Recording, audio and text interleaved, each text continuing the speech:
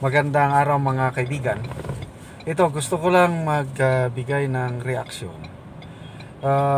Yung news nabasa ko sa Manila Bulletin. Grabe, more than 200 balikbayan boxes na stock sa Bureau of Customs warehouse for more than 1 year. Hindi po nire-release ng Bureau of Customs. Mabuti na lang may dalawang OFWs, si Miss Rowena Agtarap, Miss Jennifer Yanong. Nagpunta sila sa opisina ni Senator Raffy Tulfo noong September 12. Si Senator Tulfo po, siya ang chairman ng Senate Committee on Migrant Workers. So doon, dinitalye nitong dalawang OFWs yung hirap nila. Follow up sila ng follow up sa BOC, magwa 1 year na. Pinaghirapan nila yon ng mga balikbayan boxes. Hindi pa rin i-release ng Bureau of Customs. So, tinawagan ni Senator Tulfo itong Customs Commissioner na si Commissioner Rubio. Nang dahil sa tawag ng isang senador, saka lang umaksyon ang mga customs personnel. Okay? So, sa ngayon, yun na. Nabulilyaso sila. Yun na. Halos ma-release na lahat. Ongoing na po ang release.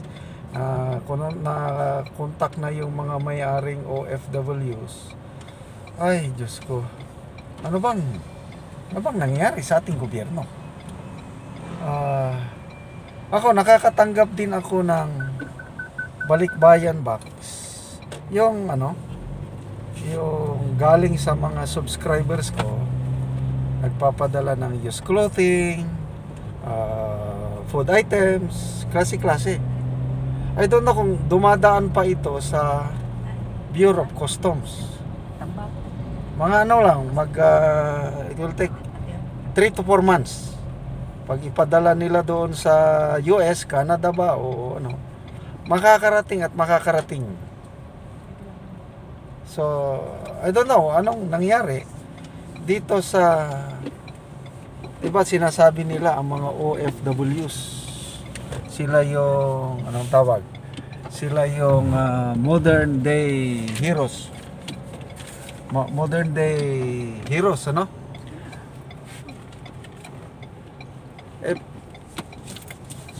klaseng treatment ang modern day heroes na pinapahirapan? So, bakit kailangan paano kung walang matapang na OFWs na pumunta sa opisina ng isang senador? So wala na, hindi na i-release. Anong dahilan bakit hindi ma-release? According to the OFWs, bayad na lahat ang dapat bayaran. Ano po, taga-customs, may hinihintay? Hindi ko na lang sabihin. Kaya lang, yun na po ang kalakaran. Maalala ko nung kasagsagan ng pandemic, meron akong kaibigan dito sa Cagayan de Oro. Lang siya, small time negosyante. Okay? Ang negosyo niya is parang used spare parts. So, galing din sa labas ng bansa yung binili niya na used, nung tawag na surplus. Pagdating sa customs, yun, hindi rin ma-release. Kahit anong klaseng follow-up ang ginawa niya, wala pa rin.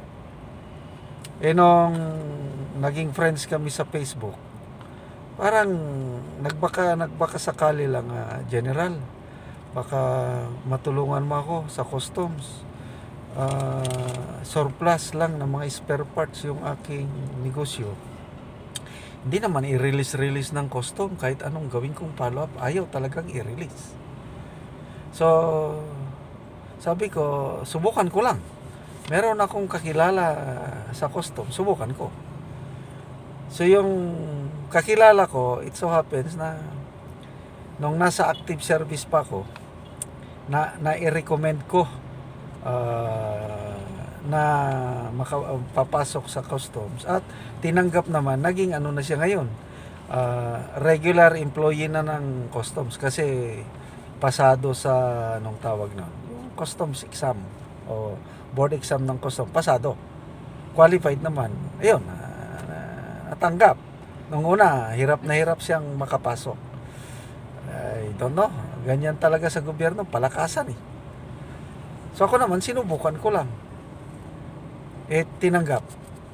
Ito ngayon, itong natulungan kong na nakapasok na customs personnel, minisage ko, Brad, sabi ko, konting pabor lang, ito yung pangalan ng kaibigan ko, yan, ito yung kanyang negosyo, baka matulungan mo. Nako, nagkataon na ang customs personnel in charge, yung nag-hold sa surplus, yung spare parts, ayaw i-release, ang deciding yung natulungan ko. Sabi niya, sir, sorry, kaibigan nyo pala ito. Sige, huwag kayong magbabala. Ngayon, ora mismo, i-release ko na. Yung kaibigan ko, yung negosyante, biglang natuwa, General, wala na, sinabihan ako, i-release na, papunta na ako sa customs. Kukunin ko na yung spare parts ko, salamat ha. Ay, grabe, paano na lang yung walang kakilala? Yan po, ang mahirap sa ating gobyerno. Kung sino lang, di kawawa yung nasa laylayan. Kaya, minsan, hindi mo maiwasan yung mga oppression, ang tawag ba yan? Injustice. Kaya hindi mo maiwasan, mga kapatiran nating Pilipino, naliligaw ng landas, ibig sabihin yun, may nagre-rebelde.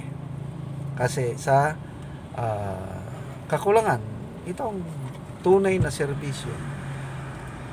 Kawawa! Hindi ko maisip-isip na pinaghirapan ng OFWs. Bakit abutin pa ng 1 taon bago mapakinabangan ng pamilya ng OFWs yung pinadala? So sana hindi na maulit ito, no? Ganon din sa sa airport. Nung panahon ni Tatay Digong, ang ganda na ng daloy ng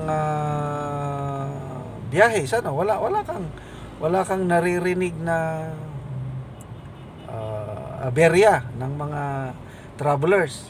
Ngayon, wala na. Yan na, yung sunod-sunod na nakawan, kinakain na ang pera, nakakaya. At yung immigration personnel ba yun, yung kumain ng pera na nakuna ng video, naku, pinick up yun ng foreign media. So naging sikat na naman tayo mga Pilipino sa ganun ba, nakawan sa airport. So yung mga ganyang patakaran nitong administrasyong ito,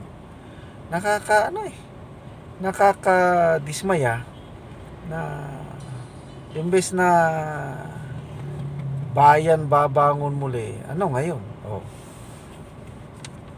Maalala ko nung kampanyahan last year, sinasabi natin, magtiis kayo mga OFWs, mga ilang taon lang, babalik na kayo, dito na kayo magtratrabaho, dahil pag maupo si BBM, yun na, magkakaroon na ng mas maraming trabaho, pwede na kayong umuwi at makapili niyong pamilya. Kaya lang, wala, nabudol tayo. Lalong naghihirap ang buhay natin ngayon. Grabing pagmahal ng presyo.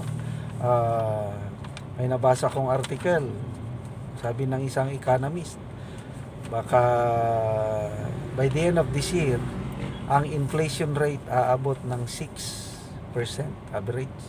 So yan na po ang pinakamataas na inflation rate natin since 2008. So bakit walang magawa itong gobyernong ito sa pagkontrol sa presyo? Number 1 po, yung smuggling and hoarding. Inutil ang gobyernong ito kasi ang mga smuggler inilalagay nila nga special envoy. Nako, binibigyan ng mataas na posisyon ng gobyerno kasi itong mga smugglers na ito nakatulong sa kampanya. Last year, nagkautang itong administrasyon ito. Kaya, yun, binibenta nila ang taong bayan. So, sana hindi na maulit itong ganitong sistema sa customs na kailangan pa ng isang senador na tatawag bago nila i-release ang balikbayan boxes ng ating mga OFWs.